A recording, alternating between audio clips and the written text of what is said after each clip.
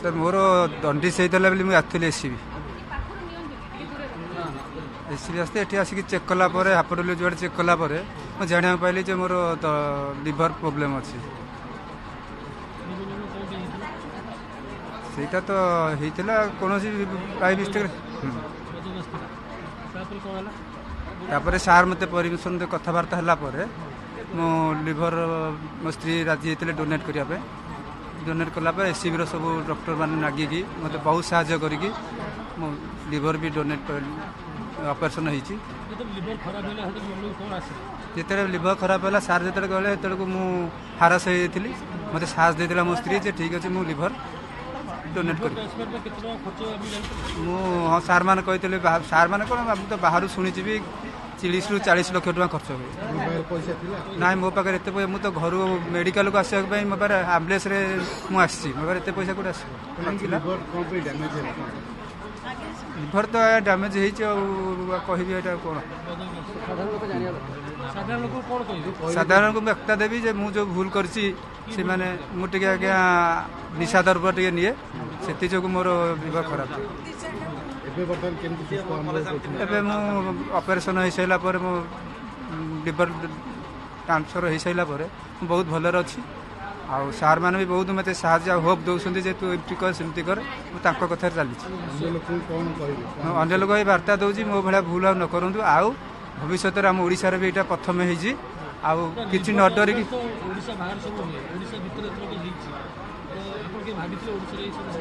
ନାଇଁ ସେ ତ ଭାବିନଥିଲି ମୁଁ ତ ବିଶ୍ୱାସ କରିପାରୁନି ଯେ ମୁଁ ଆସିକି ଆପଣଙ୍କ ପାଖରେ ଆଜି କଥା ହେଇପାରୁଛି ଏଇଟା ସବୁ ହେଇପାରୁଛି ଏସସିବି ଡକ୍ଟରଙ୍କ ପାଇଁ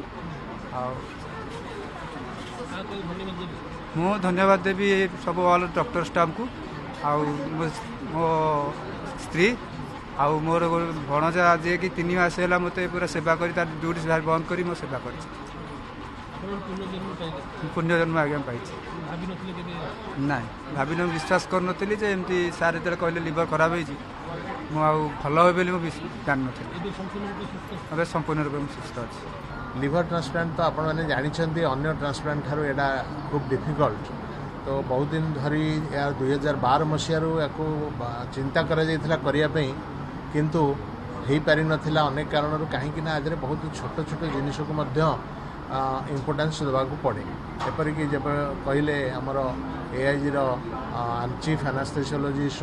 डॉक्टर शक्ति स्वरूप कहले जे ऑपरेशन परे रोगी को ठीक रे केयर नवा तार भाइटाल्स बा तार ब्लड प्रेशर पल्स इत्यादि को बैलेंस करवा तार खाइबा पीवा इत्यादि तार रिकवरी किभली हम सेटा देखा बहुत इम्पोर्टेंट ताको खूब सुंदर भाव में करा जाइछि समस्तंकर सहयोग पुणी आउ थे धन्यवाद देवी एआईजी टीम एवं आमर एससीबी टीम एवं गोटे जिनस मुझे लक्ष्य कली से दिन 3 तारिख दिन जे समस्ते सबू डाक्तर सबू पारामेडिकल स्टाफ समस्ते निजर आंतरिकतार सहित काम कर पड़ू ना समस्ते निज मन को काम करते ସେଇଟା गोटे खूब सुंदर जिनस मु लक्ष्य कली जोटा कि साधारणतः क्या न कहले कई काम करते किंतु सेठी मु अन्य प्रकार सुंदर सिचुएशन देखी जोटा कि मुझे मन रखी आग को जो प्रोग्राम आम करूँ आम चाहबू जे सबू स्टाफ सबू डाक्तर समस्ते निज मन को निजर आंतरिकतार सह काम करेंगे जोटा कि सक्सेस निश्चित रोगी मान पाक खराब मेडिकल नहीं आसला हापाटोलोजी में आडमिशन करी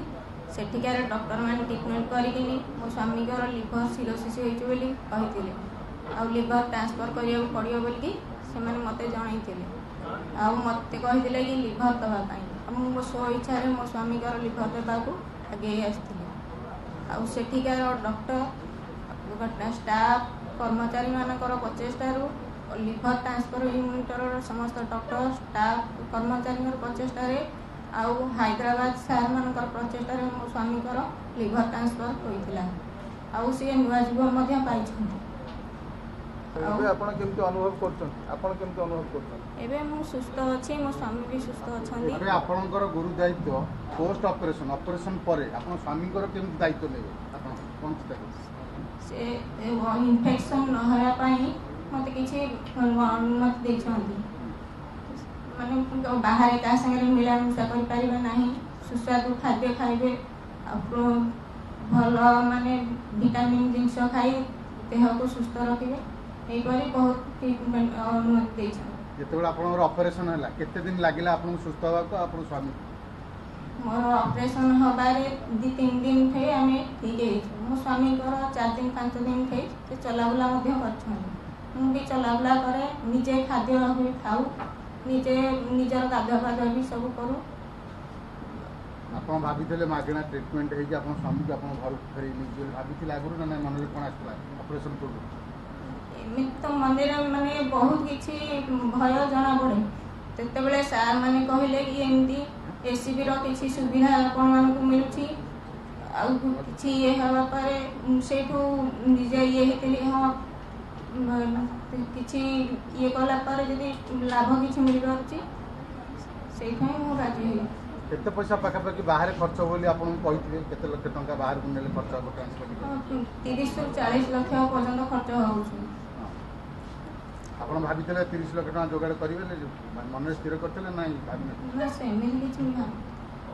ଠିକ୍ ଅଛି, ଥ୍ୟାଙ୍କ ୟୁ। ଆଉ